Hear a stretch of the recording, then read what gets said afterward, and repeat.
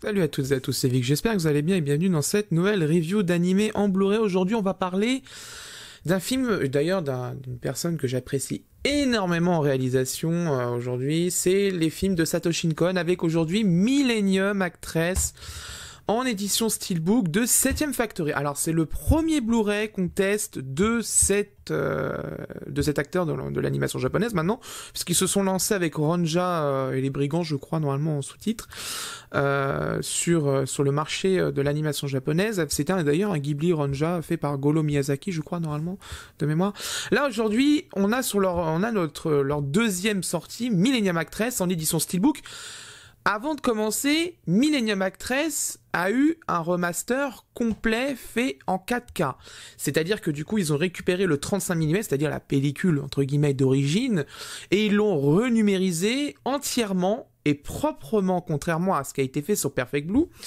Ce qui fait que du coup, pendant les projections cinéma, les gens étaient quand même contents quand même du résultat, bien qu'il y avait quand même quelques petits défauts à noter, notamment une profondeur du noir un petit peu quand même, un petit peu moyenne, mais globalement quand même par rapport à l'ancien master de l'époque, il n'y avait pas photo, il était quand même largement mieux.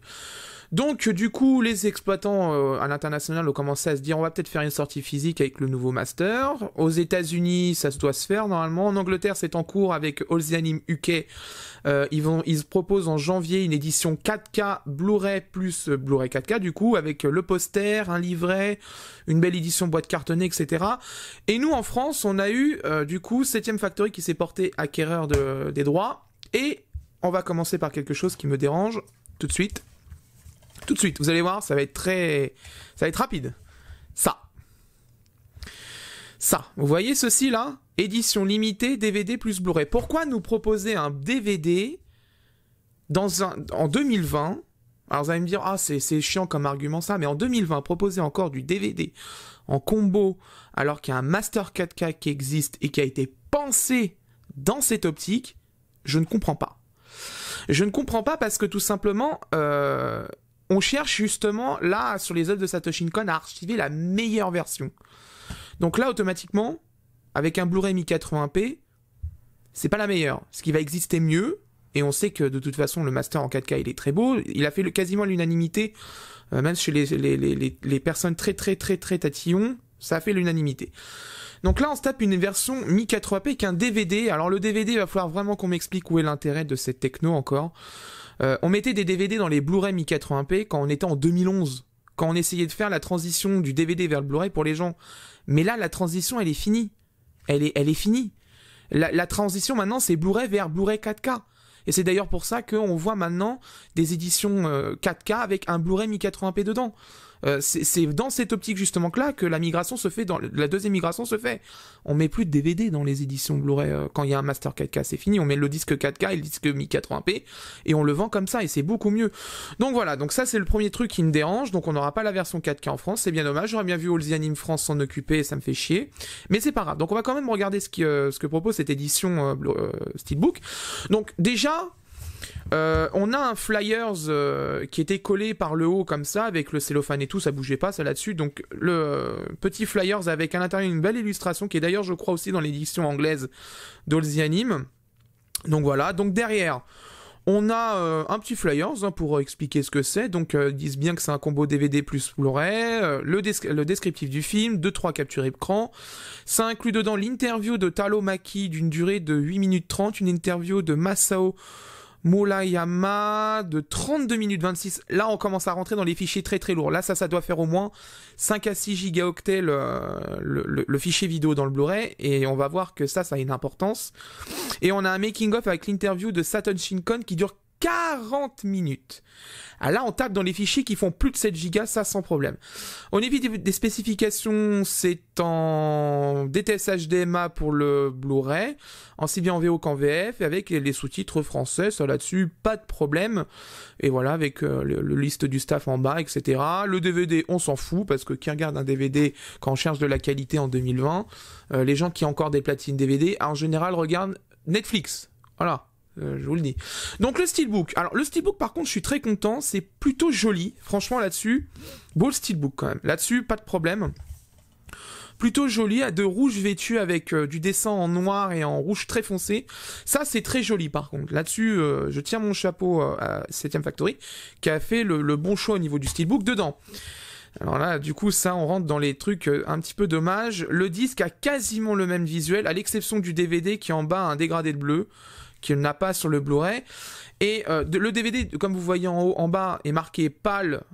Là-dessus, c'est normal, parce que tous les DVD, à l'exception de celui de Lise et l'Oiseau Bleu qui est en NTSC, tous les DVD sont pâles quasiment maintenant. Mais là, vous vous dites, sur le Blu-ray, normalement, ça ne devrait pas être marqué pâle.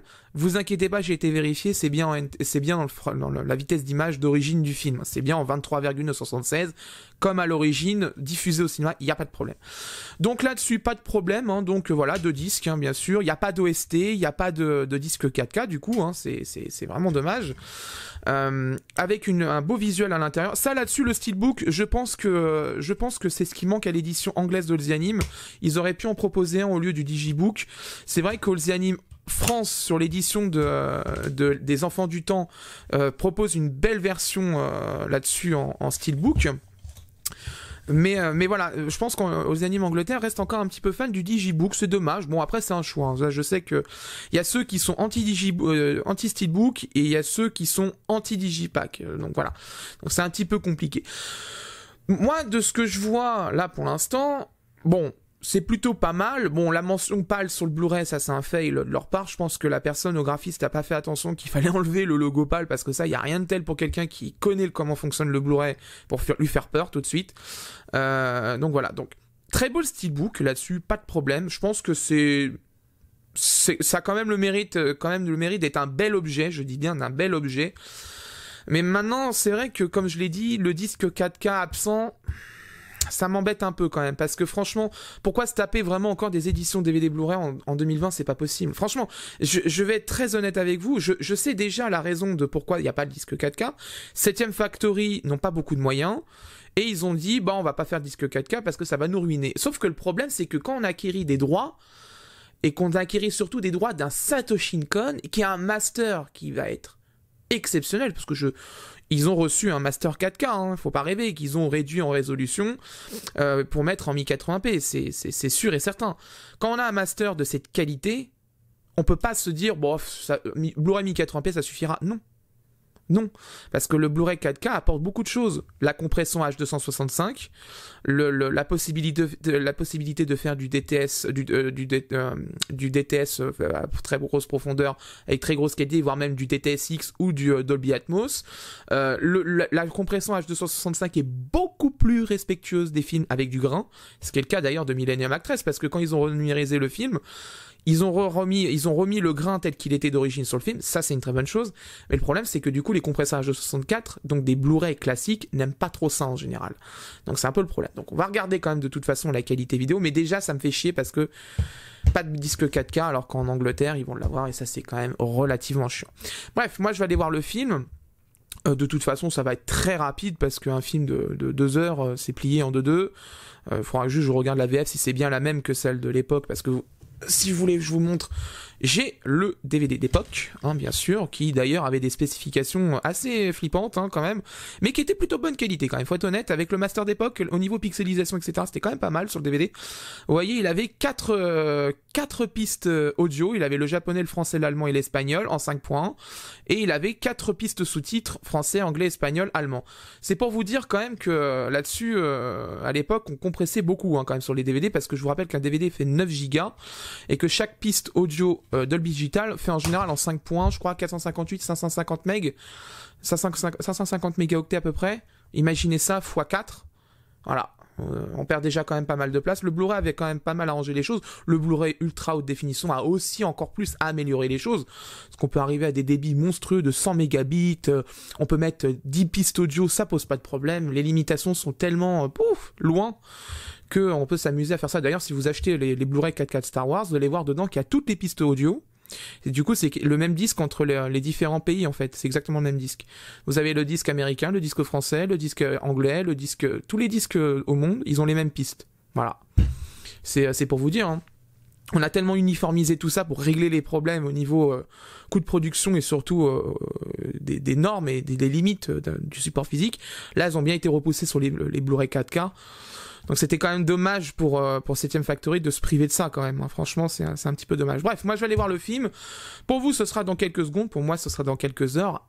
À tout de suite. Bien, après avoir vu Blu-ray, je peux vous donner mon avis. En ce qui concerne la définition, sur une définition de 1901 par 1080, je tiens à préciser quand même, il y aura en haut et en bas des petites bandes noires, c'est tout à fait normal parce que le remaster a été fait dans le format 1,85 de ratio. Un FPS de 23,76, donc quitte donc du coup le 25 FPS du DVD PAL d'époque, pour un retour au FPS et donc à la vitesse d'origine du film, une compression en H264 et un débit qui avoisine les 32 mégabits en constant. Et je dis bien constant, vous retenez bien ce terme, on en reparlera dans la qualité d'encodage de ce Blu-ray. Avant de parler de la qualité d'encodage de 7ème Factory, on va prendre quelques minutes pour parler du nouveau master de Millennium Actress. Globalement, et on va montrer juste une image qui est la plus flagrante pour voir le travail effectué par les Japonais, globalement je suis vraiment très satisfait par ce nouveau master 4K. Il apporte une vraie netteté au film ainsi que les couleurs qui ont été rétablies et qui sont vraiment saisissantes cette fois-ci. C'était l'un des défauts justement à l'époque du DVD PAL et même du DVD tout court à l'époque. Ces couleurs étaient assez ternes et assez vieillottes, on aurait dit vraiment que en fait il n'avait plus du tout de couleurs. Le film là on a vraiment des couleurs vraiment belles, très saisissantes franchement. Là-dessus, vraiment, l'étalonnage est vraiment de qualité sur ce film. C'est vraiment autre chose que ce qui a été fait sur Perfect Blue, par exemple. Maintenant, on s'attaque à la qualité d'encodage de ce Blu-ray. Alors, 7ème Factory nous propose ce disque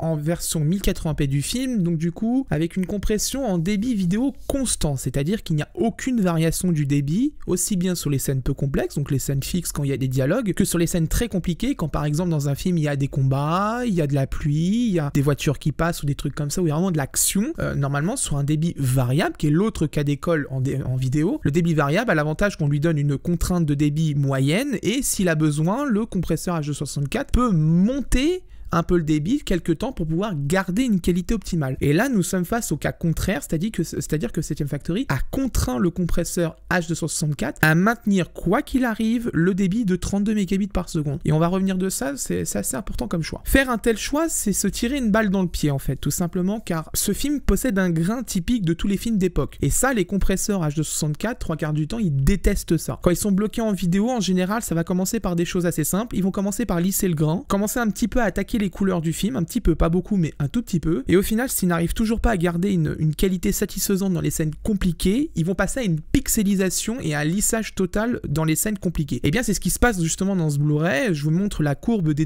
deux films en question.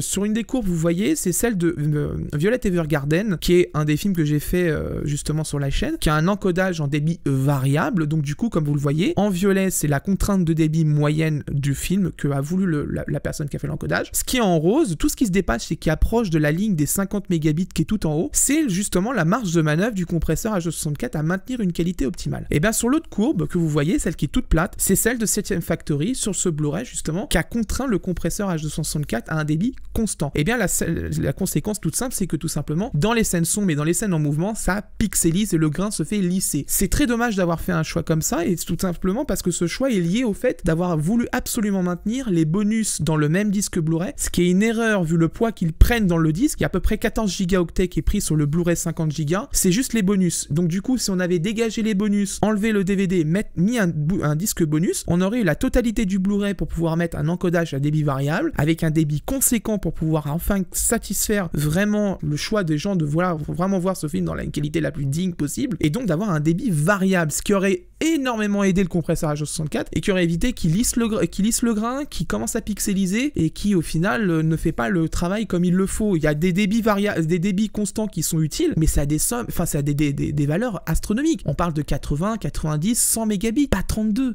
mégabits par seconde sur un film pareil avec un grain pareil, c'était voué à l'échec. Sur les scènes statiques, il n'y a pas de problème, c'est sûr, la compression est très bonne, il a assez de débit, mais dès qu'il commence à y avoir des scènes sombres avec du grain dedans ou du mouvement ou les deux, là je peux vous garantir, ça commence à se sentir un petit peu que le compresseur pédale dans la semoule, comme on dit. Avant d'attaquer l'analyse du son de ce Blu-ray, on va parler 2 minutes du menu de ce Blu-ray. Alors, d'habitude, j'en parle jamais. Je vous le dis sincèrement, je sais très bien que c'est souvent ce qu'on fait comme reproche, c'est que je ne parle pas des menus. Mais désolé pourquoi aujourd'hui on va en parler. Alors, ce menu, je me suis arrêté dessus car c'est un cas d'école à mes yeux. Celui d'une personne qui n'a fait aucune recherche typographique et qui cumule le mauvais goût. Regardez-moi cette police trouvée en 2 minutes sur Dafont. Je suis désolé, depuis quand on met des polices type asiatique dans dans un menu d'un film aussi sérieux. Franchement, c'est juste pas possible. On a vraiment l'impression que la personne était fan de Michel Leb à l'époque de son sketch sur les Asiatiques avec la police marquée Le Bridé, etc. sur la pochette du 33 tours, ou de l'émission Menu W9 qui était passée sur la chaîne W9. Sincèrement, ça fait très peu sérieux pour un nouvel entrant dans l'animation japonaise de choisir ce type de police d'écriture, non seulement sur le menu, mais aussi sur l'avertissement sur la copie de ce disque écrit en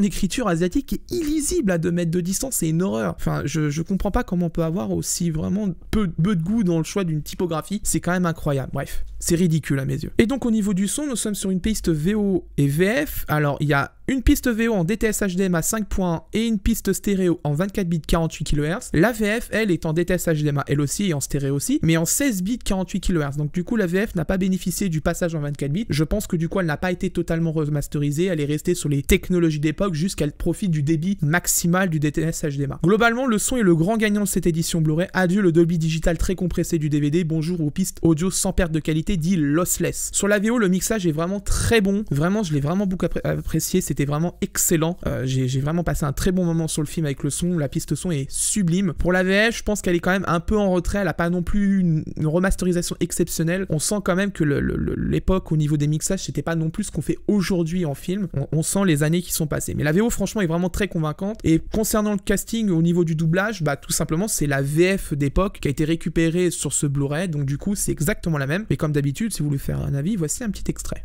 Enchanté, messieurs. Je suis Shioko Fujiwara. Vous ne pouvez pas imaginer ce que je ressens. Je vous assure, c'est vraiment un immense honneur de vous rencontrer. Je vous en prie, ne faites pas tant de manières. Studio... Oh, Tasso. La fleur de lotus. Ah, j'adore les lotus. Oui, je sais que c'est votre fleur préférée. C'est pour ça que j'ai choisi ce nom, lotus. Ils seront bientôt en fleurs, au fond du jardin. Au niveau de la traduction et des sous-titres, donc déjà en parlant des sous-titres, donc dans son style d'écriture et dans la typo, etc. choisi, je trouve la police d'écriture un petit peu trop petite, ça manque un petit peu de bordure noire, ça c'est un reproche que je faisais aussi sur les débuts d'édition Olzy Anime il y a quelques années, et notamment aussi chez Kazé à une époque. La traduction quant à elle est plutôt bonne, bien concise, c'est d'ailleurs la même que celle du DVD d'époque, donc aucun changement sur ce point. Globalement, les fans de VO seront plutôt ravis de cette édition. En conclusion, je suis très déçu de ce Blu-ray de 7ème Factory. Les choix d'économie bout de ficelle pénalisent ce Blu-ray qui pourtant avait énormément à apporter aux fans de Satoshi Kon qui cherchent absolument la qualité la plus pure possible pour archiver ce film définitivement dans leur connexion. Le fait de s'être entêté à mettre 14,6 Go de bonus dans le même disque du film a privé ce dernier d'un débit vidéo variable avec un débit conséquent pour pouvoir être encodé dans la meilleure façon possible. Malheureusement, et c'est ça le problème, c'est que ce débit constant, avoir bloqué les scènes les plus complexes de débit, ben ça fait que les scènes compliquées qui nécessitent un petit peu plus de débit grâce au débit variable se sont faites lisser du grain et aussi pixelisées aussi, hein. Il y a quand même pas mal de scènes sombres et aussi un mouvement qui sont pixelisés, et notamment aussi la scène de fin avec la fusée et tout, enfin voilà, avec les effets et tout. J'étais un petit peu déçu parce que du coup voilà, c'est quand même une scène très importante, c'est assez poignant, et quand on voit les pixels à l'écran on se dit putain c'est pas possible. Mais bon, c'est vrai qu'on va me dire oui mais sur les scènes statiques Vic c'est bon. Oui mais un film c'est pas que des scènes statiques, c'est aussi des scènes en mouvement, et les scènes en mouvement, bien que l'œil humain va moins voir les défauts, il y en a quand même qui sont visibles. Et on a inventé la technologie Blu-ray pour pouvoir utiliser le VBR, c'est-à-dire le Variable Bitrate Rate, donc le débit vidéo variable. On l'a inventé pour ça, on a inventé un disque qui fait 50 Go pour permettre justement de mettre beaucoup de débit justement dedans. C'est pour ça que d'ailleurs de plus en plus d'éditions de films proposent les bonus en dehors du disque de film. Ils le proposent à côté, sur un disque bonus en Blu-ray, voire en DVD si les bonus ne sont pas masterisés à haute définition. Là c'est le cas justement, donc ils auraient dû proposer un Blu-ray bonus. Ça aurait permis justement d'avoir le débit vidéo parfait pour le film, d'avoir un débit variable pour protéger les scènes complexes d'une compression très hasardeuse, et conserver le grain du film. C'est très important ça. Ce film est fait avec ce grain, il faut le garder, c'est très important. Et donc là malheureusement, moi je trouve que cette édition Blu-ray est bancale au niveau technique, et c'est bien dommage parce que pour un nouvel entrant faire deux erreurs comme ça, c'est quand même assez dommage. Le menu du Blu-ray il est affreux, et pourtant vous savez à quel point je m'en contrefiche des menus, parce que moi j'ai des scripts exprès pour pouvoir zapper les menus et mettre directement le film, toc, ça lance direct le fichier dans le Blu-ray, pof, ça met le film dans la bonne langue et les bons sous-titres. Là j'avais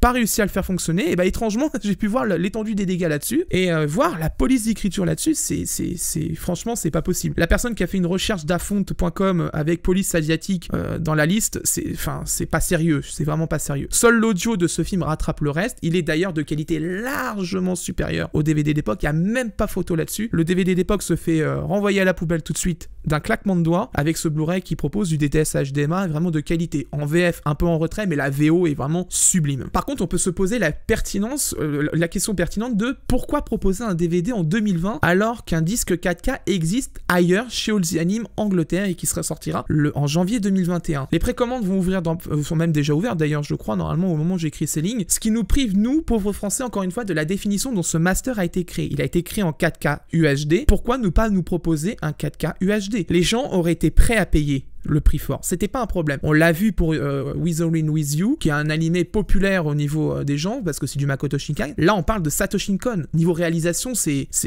très important dans l'animation japonaise. C'est un pilier de l'animation japonaise. Les gens, on leur dit, voilà, on vous propose un disque UHD 4K avec un débit de fou, des bonus, etc., un beau coffret et tout. Même à 40 balles, je peux vous garantir que les gens, ils l'achetaient sans problème. C'était sûr et certain. Vous avez plusieurs choix du coup au niveau du nouveau master pour voir ce nouveau master. Le premier choix, c'est si vous êtes allergique aux sous-titres anglais, vous devrez automatiquement vous rabattre sur cette édition Steelbook vendue 25 € sur Amazon. Vous avez les liens en description si vous souhaitez faire vos achats. Donc voilà, ça sera le premier choix là-dessus, même si je recommande pas cette édition Blu-ray française parce que je trouve quand même qu'elle est beaucoup en retrait par rapport à ce qui est normalement attendu de ce film. Mais par contre, vous avez un deuxième choix, si vous n'avez pas de problème avec les sous-titres anglais, rabattez-vous sur l'édition 4K UHD d'Olzianim UK. Ça, pas de problème. Elle propose le nouveau master haute définition, enfin ultra haute définition, voulu par l'équipe en charge de la restauration du film. Donc du coup, ça va vous permettre de voir le film tel qu'il a été remasterisé. Et ça, pour les gens qui veulent voir du Satoshi Kon dans la qualité la plus pure possible, c'est cette édition qu'il va le falloir. Donc je trouve quand même que 7ème Factory a fait un mauvais choix là-dessus, et en plus c'est pas un premier mauvais choix parce que ce Ranja, la série faite par Goro Miyazaki qui est sortie récemment en Blu-ray dans le commerce, la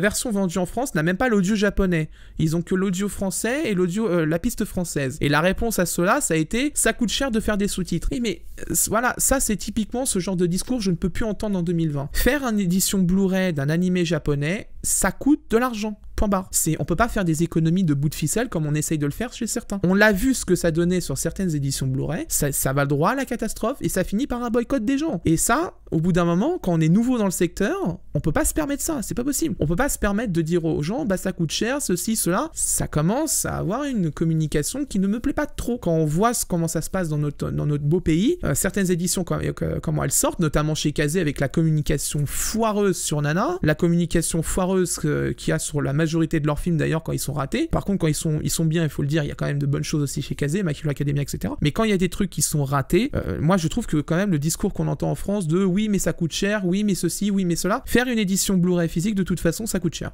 Voilà, point. Si on s'entoure pas des bonnes personnes, comme ils le font en Italie, comme ils le font en Angleterre, comme ils le font dans d'autres pays du monde, même en Espagne par exemple, un exemple tout bête, en Espagne, ils mettent des sous parce qu'ils ont besoin de justifier l'achat du Blu-ray. Et justifier l'achat du Blu-ray, c'est une qualité vidéo impeccable, pas de défaut, rien. Il faut pas un seul défaut, parce qu'autrement les gens ils vont se dire, bah pourquoi je vais acheter un Blu-ray qui a des défauts vidéo, qui est pas encodé comme il devrait l'être, alors que j'attends une diffusion Netflix ou Amazon Prime Video et je le verrai le film. C'est ça le problème. C'est qu'aujourd'hui, les gens qui achètent des Blu-ray, c'est des gens qui ont du matos et des sous. Et donc s'ils ont des sous, ils ont le téléviseur qui va avec et le système son qui va avec. C'est sûr et certain. Les gens qui achètent des Blu-ray pour les stocker, quand ils voient justement qu'ils se sont fait enfler ou ils ont un Blu-ray qui est pas bon, en général ils vont acheter un Blu-ray d'une autre région qui lui est bon. Et j'en connais plein dans ma timeline Twitter, hein. Je pense à Mickey LD, je pense notamment à JC Bidon, des gens comme ça qui, quand ils savent que l'édition française n'est pas bonne, vont acheter en Angleterre ou en Amérique ou ailleurs, tout simplement. Ou même au Japon, quand des fois le Japon propose des sous-titres français. C'est le cas des 2 premiers films de Madoka, ils proposaient les sous-titres français. Et du coup, si vous vouliez le film tel qu'il est encodé pour les Japonais, le Blu-ray de Madoka des 2 premiers films avait les sous-titres français, donc du coup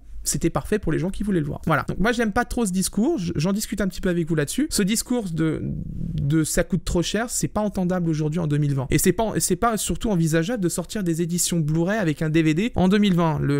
Les combos DVD Blu-ray, c'était à l'époque de la transition du DVD vers le Blu-ray. Là on est sur le Blu-ray vers le Blu-ray UHD, donc c'est plutôt des combos 4K qu'il faut faire. C'est ça qu'il faut faire justement actuellement. Ou alors carrément l'exquis, des combos DVD plus Blu-ray 4K, mais alors là par contre ça fait exploser le prix, parce que du coup il faut un boîtier boîtier Amarey qui accepte 3 disques. Voilà, mais bref. En tout cas, c'est pas un Blu-ray que je recommande. Je vous recommanderais, si vous n'êtes pas allergique aux sous-titres, de prendre l'édition anglaise. Ça sera mieux pour vous, pour votre porte-monnaie. Surtout qu'en plus que l'édition anglaise propose plus de choses pour un prix de vente similaire, même avec les frais de port. Je vous mets un lien dans la description d'un site sérieux qui vous permettra de l'importer. Faites-vous plaisir, c'est la fin d'année, de toute façon, c'est fait pour ça. Voilà, c'est la fin de cette review. J'espère qu'elle vous a plu. Prochainement, on aura en review Cobra, The Animation, donc Space Adventure Cobra, donc la première série de Cobra, avec l'épisode pilote aussi. Du coup, on verra ce qu'il vaut aussi. Donc, on va faire ça très bientôt. C'est un coffret que j'ai acheté pendant le Black Friday de All The Anime, donc on va pouvoir voir ce que c'est niveau qualité vidéo. Maintenant qu'en plus, Amazon a pas mal baissé son prix aussi, donc du coup, ça peut peut-être valoir le coup de voir si vraiment il vaut le coup et de l'acheter le cas échéant ou pas du tout. Donc, je vous donnerai rendez-vous dans cette review. Il y aura aussi Violet Evergarden quand j'aurai reçu le coffret. On fera la review, bien entendu. Et il y aura bien sûr l'année prochaine Black Fox que j'ai commandé sur Amazon qui sera disponible aux éditions Kazé. J'ai commandé la saison 4 de My Hero Academia en Blu-ray. J'ai commandé le film Heroes Rising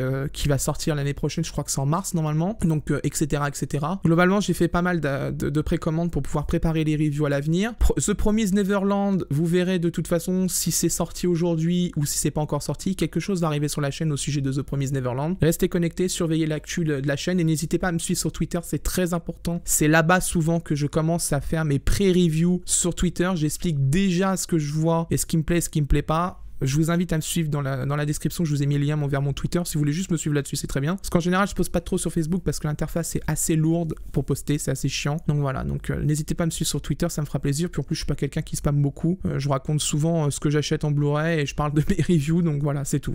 Si de temps en temps, je fais quelques pics à des gens qui me cassent les pieds, c'est tout. Mais globalement, je suis sage quand même. N'hésitez pas si vous souhaitez bien sûr réagir à ce Blu-ray dans l'espace commentaire, hein, bien sûr c'est très important, et de vous abonner à la chaîne et de lâcher un énorme pouce bleu, ça me fait vraiment plaisir et ça fait monter le référencement de la chaîne, donc n'hésitez pas, c'est vraiment très important. Et bien sûr, s'il vous plaît, pas d'insultes dans les commentaires, je vous en supplie, pas d'injures, pas d'insultes, pas de trucs comme ça, parce que je suis responsable de l'espace des commentaires, donc si jamais il y a des insultes et que l'éditeur porte plainte, je suis responsable de ça et je peux faire supprimer la chaîne, je vous préviens. Quant à moi, je vous laisse et d'ici là, portez-vous bien. Ciao.